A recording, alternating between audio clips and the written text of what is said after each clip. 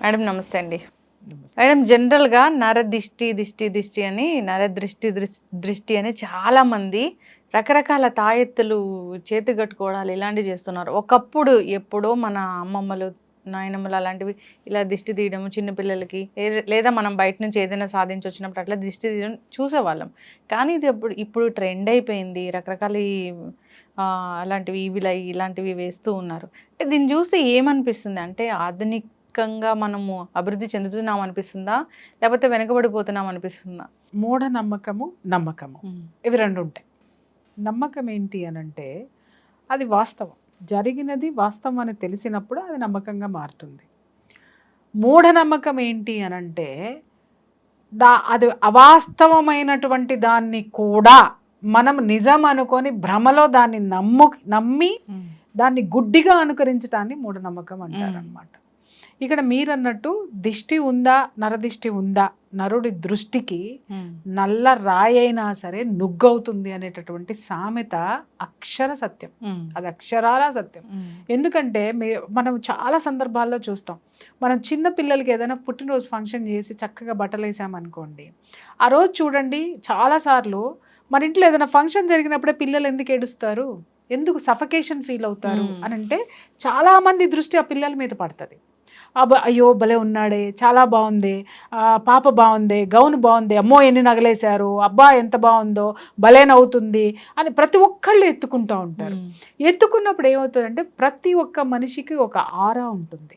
ఆ ఆరా ఏ స్థితిలో ఉంటుందో, పాజిటివ్ ఆరా ఉంది అని అంటే కొంతమంది చూడండి ఒక్కొక్కసారి పిల్లలు మనం ఎత్తుకున్నప్పుడు నవ్వుతారు, అదే పిల్లలు ఒక్కొక్కసారి మనం ఎత్తుకున్నప్పుడు ఏడుస్తారు. మనకు అర్థం కాదు మనల్ని చూడంగానే ఎందుకు ఏడుస్తున్నారు, మనల్ని చూసి కాదు, మన ఆరాలో ఉన్నటువంటి ఎనర్జీ, ఆ ఎనర్జీ ఆ పిల్లలు తట్టుకోలేక అది ఏడవడం అనేది జరుగుతుంది అన్నమాట. అరే నన్ను చూస్తే రోజు నవ్వుతారు, నన్ను చూస్తే రోజు ఈ పాప నా దగ్గరికి వస్తుంది, ఈ బాబు నా దగ్గరికి వస్తాడు, వాళ్ళు ఎందుకు ఏడుస్తున్నాడు అని అంటే నీ ఆరా ఎలా ఉంది, నెగిటివ్ ఎనర్జీ తోటి కూడుకొని ఉంది. దాన్ని బట్టే ఆ ఎనర్జీని ఆ బిడ్డ భరించలే, ఆ బిడ్డ ఆరా తట్టుకోలేక ఏడవడం, అంటే నాకు అక్కర్లేదు అనేది తన భాషతో తను చెప్తుంది చిరాకుతో. అలాగే మనం కూడా చాలా బాగా చక్కగా రెడీ అయ్యి బయటికి వెళ్తాము, ఫంక్షన్కో దేనికో వెళ్తాము, ఇంటికి రాగానే ఒళ్ళంతా బరువు అనిపిస్తుంది, మనసంతా చికాకు అనిపిస్తుంది, లేదా తలనొప్పి అనిపిస్తుంది, లేదు అనంటే అరిచేస్తూ ఉంటాం ఒకళ్ళ మీద ఒకళ్ళకి. ఫ్రెష్గా వెళ్ళి స్నానం చేసిరండి హాయిగా ఎందుకు అనిపిస్తుంది అంటే ఆ మనం ఒక ఫంక్షన్కి వెళ్ళినప్పుడు మనల్ని చూసినటువంటి చూపులో అది అసూయ కావచ్చు, ద్వేషం కావచ్చు, ప్రేమ ఉంటే పాజిటివ్ ఎనర్జీ వస్తుంది. మిగిలిన ఆ నెగిటివ్ థాట్ కానివ్వండి, నెగిటివ్ ఎనర్జీస్ కానివ్వండి మనకి యాడ్ అయినాయి అంటే అది మన ఆరా తీసేసుకుంటుంది వాటన్నిటిని, weather that is positive or negative. తీసుకున్నప్పుడు స్నానం చేయడం వల్ల వచ్చేటటువంటిది ఏంటి అంటే స్నానం చెయ్యగానే ఫ్రెష్గా ఎందుకుంటామంటే ఆరా మొత్తం క్లీన్ అయిపోతుంది, వాటర్ క్లీన్ చేస్తుంది, పంచభూతాలు క్లీన్ చేస్తాయి అన్నమాట, ఆరా క్లీన్ చేస్తుంది. అలాగే కొంతమంది పిల్లలు ఏడుస్తున్నప్పుడు పెద్దవాళ్ళు గబగబా ఉప్పు తీసుకొని వచ్చి వాళ్ళకి దిష్టి తీసేసి ఆ ఉప్పు పడేస్తారు. చాలా చాలా 99% పిల్లలు ఆ దిష్టి తీసేయగానే కామ్ అయిపోతారు. అమ్మా ఎంత దిష్టి తగిలిందోనమ్మా బిడ్డకి అని మాట్లాడతాం. అంటే ఆరా క్లీన్ చేయటం, దిష్టి తగలటం వల్ల ఏం జరుగుతుందండి, ఉప్పులో ఏముందంటే ఉప్పులో ఉన్నటువంటి ఎనర్జీ నీ ఆరాని క్లీన్ చేసేస్తుంది. వాక్యూమ్ క్లీనర్ తో ఇల్లు ఊడ్చినప్పుడు కనుక అది సక్ చేసేస్తుంది చూసారా, దాంట్లో ఏముంది గాలికి ఏముంది, శక్తి ఉంటేనే కదా దాన్ని క్లీన్ చేసింది. అలాగే ఈ ఉప్పులో కానివ్వండి, ఎండుమిర్చి అనేటటువంటిది, తర్వాత చీపురు అనేటువంటి వీటికి కొన్ని ఎనర్జీస్ ఉంటాయి, నెగిటివ్ ని క్లీన్ చేసేటటువంటి ఎనర్జీస్ ఉంటాయి. ఆ ఎనర్జీస్ తోటి క్లీన్ చేయటం వల్ల సెట్ అవుతారు. హెల్త్ అయినా సరే వాళ్ళు ఇంకా ఇంకా ఇంకా ఏడుస్తున్నారు అంటే అప్పుడు హెల్త్ ఇష్యూ ఏమన్నా ఉందేమో అని చెప్పేసి డాక్టర్ దగ్గరికి తీసుకెళ్దాము, లేకపోతే ఆకలేస్తుందేమో పాలు ఇచ్చి పడుకోబెడతారు పిల్లలకైతే. పెద్దవాళ్ళకైతే మనం స్నానం చేసామంటే నెమ్మది వస్తుంది, లేదు పెద్దవాళ్ళకు కూడా దిష్టి తీసేసి పక్కన పెట్టేస్తూ ఉంటారు. అట్లా మనము సాల్ట్ వాటర్తో స్నానం చేసిన క్లెన్సింగ్ అయిపోయి ప్రశాంతత అనేది ఉంటుంది. తర్వాత మనం నిద్రపోయామనుకోండి, ఆ నిద్రలో హీలింగ్ అనేటటువంటిది మనం యూనివర్స్ నుంచి తీసుకున్నటువంటి కాస్మిక్ ఎనర్జీ తోటి హీల్ అవుతాం, తర్వాత బయటపడతాం. ఇంతవరకు బాగానే ఉంటుంది చిన్న చిన్నగా ఉప్పు తిప్పేసుకోవడం ఇలాంటివి. Yes exactly. అంటే మీరు అనొచ్చు ఇప్పుడు అందరూ చాలా మంది మీరు అన్నారు ఈవిల్ అయ్యి ఒకటి వేసుకుంటున్నారండి, మెడలో వేసుకుంటున్నారండి అని అంటే నాకు ఒక్కొక్కసారి అనిపిస్తుంది ఇవన్నీ చూస్తే అక్కర్లేదమ్మా, అవసరం లేదు. ఎందుకంటే ఇవన్నీ ఎందుకు వేసుకుని తిరుగుతున్నారంటే నువ్వు వేసుకున్నావు, నాకుందేమో, నేను వేసుకుంటే బాగుంటానేమో, లేకపోతే నా దగ్గరికి వస్తుందేమో, రాకుండా ప్రొటెక్షన్, ఇలాంటివి. అంటే దాన్ని ఏమంటారు, ఒకళ్ళని చూసి ఒకళ్ళకి దగ్గు జలుబు పాకినట్టుగా ఇలాంటి జాడ్యాలు కొన్ని పాకుతూ ఉంటాయి. అన్ని ఈవిల్ ఐలు కట్టేసుకోవాలి, లేకపోతే ఇంకోటి చేసేసుకోవాల్సిన అవసరం లేదు. ప్రొటెక్షన్ నేను నిజంగా చెప్తున్నాను, తాయెత్తులు కానివ్వండి, ఏనా కానివ్వండి, అందరూ ఎవరి నమ్మకం వాళ్ళది. కానీ అదే పనిగా కొంతమంది కడతానే ఉంటారు. ఆరా క్లీన్ చేసుకోండి. ఆరా క్లీన్ చేయటం అంటే ఏంటి అని అంటే, చక్కగా కూర్చొని సాయంత్రమో పొద్దునో స్నానం చేసిన తర్వాత ఒక్క 10-15 నిమిషాలు మెడిటేషన్ చేయండి. మెడిటేషన్ ఎలా చేయాలంటే పాజిటివ్ థింకింగ్ తోటి చేయండి. నాకు అంతా మంచి జరుగుతుంది, ఈరోజు నేనంతా చాలా బాగుంటాను, ఈ విశ్వం నుంచి నేను తీసుకునేటటువంటి ఆ యొక్క విశ్వశక్తి నన్ను అన్ని విధాలుగా, అన్ని చెడు దృష్టి నుంచి, చెడు మాటల నుంచి, చెడు ఆలోచనల నుంచి, చెడు కర్మల నుంచి నన్ను కాపాడుతుంది అని చెప్పేసి చక్కగా కళ్ళు మూసుకొని థ్యాంక్ఫుల్నెస్ తోటి యూనివర్స్కి ఉండి 10-15 నిమిషాలు మెడిటేషన్ చేసుకొని హ్యాపీగా బయటికి రండి. ఎవ్రీథింగ్ ఈజ్ పాజిటివ్ మీకు దొరికేది. అంటే నీ ఆలోచనే నువ్వు ఏ ఆలోచన ఇస్తావో అదే జరుగుతుంది అక్కడ. అర్థమైందా? నువ్వు బెండకాయ కూర వండాలనుకుంటే బెండకాయలు ఉంటేనే బెండకాయ కూర అవుతుంది. అలా కాకుండా నువ్వు వంకాయలు పెట్టి బెండకాయ కూర అవ్వాలంటే అది జరగదు. ఏది ఇచ్చావో అదే వస్తుంది. ఇక్కడ కూడా ఈ నరదిష్టి అనేది డెఫినెట్గా ఉంది. మనం చేసేటటువంటి, మనం వెళ్ళే ప్లేసెస్ కానీ, మనం ఉన్న దీన్ని బట్టి కానీ డెఫినెట్గా మనకు అది తగులుతూ ఉంటుంది. తగిలినప్పుడు మన శరీరంలో కొన్ని నెగిటివ్ ఇవి కనిపిస్తూనే ఉంటాయి, లక్షణాలు కనిపిస్తూనే ఉంటాయి. తల భారంగా ఉండడం, ఒళ్ళు భారంగా ఉండడం, తలనొప్పి, చిరాకు, కోపము, వీటిని గనక మనం ఎప్పటికప్పుడు ఆరా క్లీన్ చేసుకోకపోతే, తలనొప్పి వచ్చిందని తలనొప్పి టాబ్లెట్ వేసుకొని పడుకుంటాం, ఒక్కొక్కసారి దిష్టి తీసేసుకున్నా కూడా తలనొప్పి వస్తుంది. ఎందుకంటే అది ఇంకా వేవ్స్ ఎక్కువ ఉండడం వల్ల కావచ్చు, మన శరీరంలో ఎసిడిటీ వల్ల కావచ్చు, ఇంకొక దాని వల్ల కావచ్చు. బట్ ఎప్పటికప్పుడు నీ మనస్సుని క్లీన్ చేయి. ఫస్ట్ నీ మనస్సుని క్లీన్ చేస్తే ఆటోమేటిక్గా నీ ఆరా క్లీన్ అవుతుంది. ఆ క్లీన్ అయినటువంటి ఆరాకి ఒక ప్రొటెక్షన్ లేయర్ ఏంటి అంటే మెడిటేషన్ అండ్ పాజిటివ్ అఫర్మేషన్. ఎప్పుడైతే నువ్వు నీ పాజిటివ్ అఫర్మేషన్ నీ ఆరాకి ఇస్తావో అది పెద్ద ప్రొటెక్షన్ లేయర్. అలాగే చిన్న పిల్లలు కూడా పుట్టినప్పటి నుంచి నువ్వు ఎప్పుడైతే ఆ బేబీ బొజ్జలో ఉన్నప్పటి నుంచి కూడా నువ్వు పాజిటివ్ అఫర్మేషన్ ఇవ్వాలి. నా బిడ్డ ఎలా పుడతాడు, ఎలా వస్తాడు, ఏం చేస్తాడు, ఇవన్నీ నా బిడ్డ పడాల్సి వస్తుందేమో, నా బిడ్డకి నేను పెళ్లి చేయను, ఇలాంటి పిచ్చి పిచ్చి మాటలన్నీ మాట్లాడుతూ ఉంటారు. అవన్నీ బిడ్డ నెగిటివ్ ఎనర్జీస్ తీసేసుకుంటాం. ఇవన్నీ చాలా జాగ్రత్తలు. అంటే ప్రకృతిలో ఉన్న ప్రతిదీ కూడా ఎనర్జీతో కూడుకున్నటువంటిదమ్మా. ఆ ఎనర్జీని, ఏ ఎనర్జీని నువ్వు తీసుకుంటున్నావు, నువ్వు తీసుకోకపోవచ్చు. ఇప్పుడు రోడ్డు పక్కన నువ్వు బాగానే వెళ్తున్నావు, పక్కనే వర్షం పడింది, మొత్తం బురద గుంటలు ఉన్నాయి, నువ్వేం చేసావు, పక్కనే ఫుట్పాత్ మీద నడుస్తున్నావు, నీళ్లు లేకుండా బురద లేకుండా, పక్క నుంచి ఒక కారు ధన్మని వెళ్ళిపోయింది, మురికి నీళ్ళు వచ్చి నీ మీద పడినాయి, నువ్వైతే కడుక్కోవాలిగా.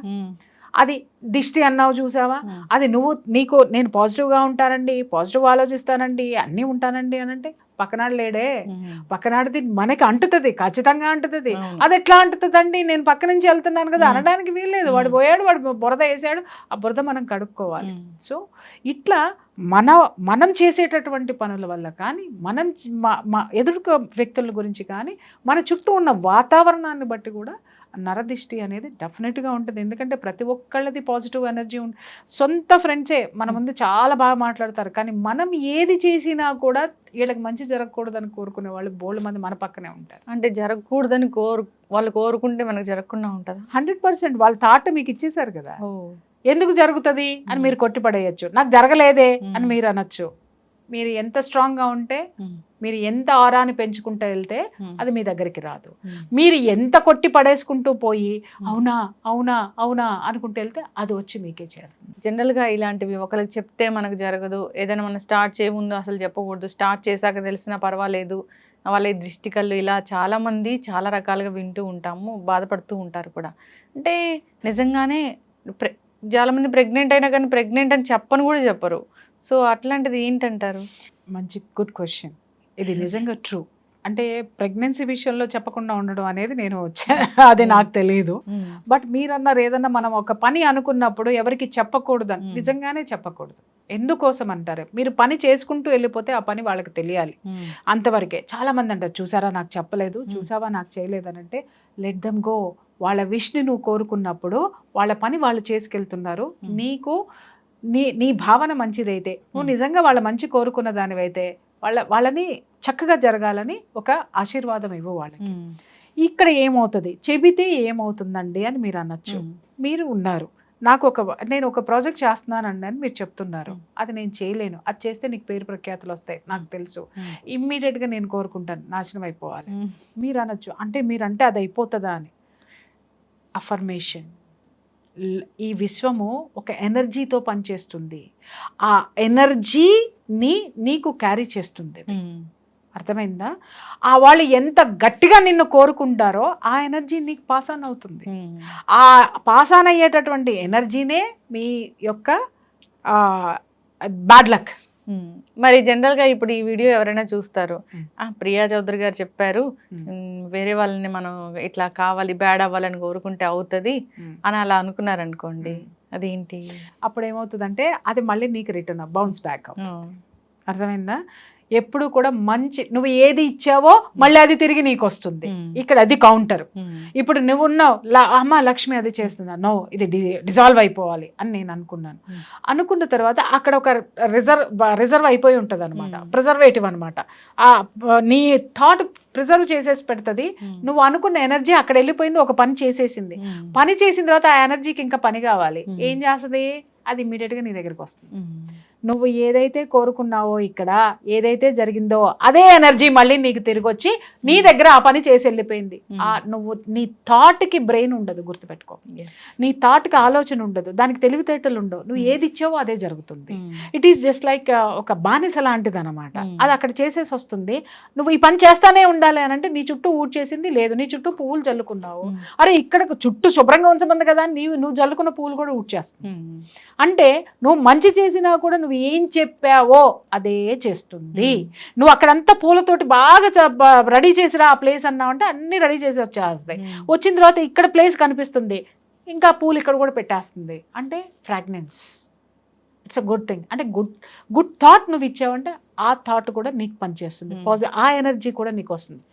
నెగటివ్ ఎనర్జీ నువ్వు ఇచ్చావా, ఆ నెగటివ్ ఎనర్జీ నీకు కర్మ, పీడ అన్ని విషయాల్లోనూ నీ చుట్టూ ఎదుటి వాళ్ళ నాశనానికంటే కూడా నీ చుట్టూ భయంకరంగా అది పేర్కొని ఉంటుంది. అది మాత్రం మర్చిపోద్దు. మంచికి మంచి, చెడుకు చెడు. 100%. ఈ మధ్య ఒక సాంగ్ కూడా విన్నాం, ఈ చోట కర్మ ఈ చోట అంటే ఈ చోట 100% వాస్తవం. ఎక్కడ నువ్వు ఇక్కడ ఏమి ఎఫర్మేషన్ ఇచ్చావో అది నువ్వు ఇక్కడే అనుభవించి వెళ్ళిపోవాలి. ఎందుకంటే నువ్వు అది ఇచ్చావు, ఆ తర్వాత అది నీ దగ్గరికే వస్తుంది. ఇప్పుడు ఒక రూమ్ ఉందమ్మా, ఈ రూమ్ లో నీ మీదకి నేను పులిని వదిలాను, ఆ పని చేసింది. తర్వాత దానికి ఆకలేసిన తర్వాత ఎవరు పని చేస్తుంది? అక్కడ ఎవరున్నారో వారు పని చేస్తారు. అంతే. It is just like that. ఏదైనా కానీ మీరు అన్నట్లుగా నమ్మకం, మూఢనమ్మకం. నమ్మకం ఉండొచ్చు, ఈ నమ్మకం ఇంకొకరికి హాని చేసేదిలాగా ఉండకూడదు. మరి ఈ మూఢనమ్మకాల జోలికి వెళ్ళడము, అక్కడ నుంచి చాలా అతిగా ఆలోచించడం, అతి చెయ్యడం.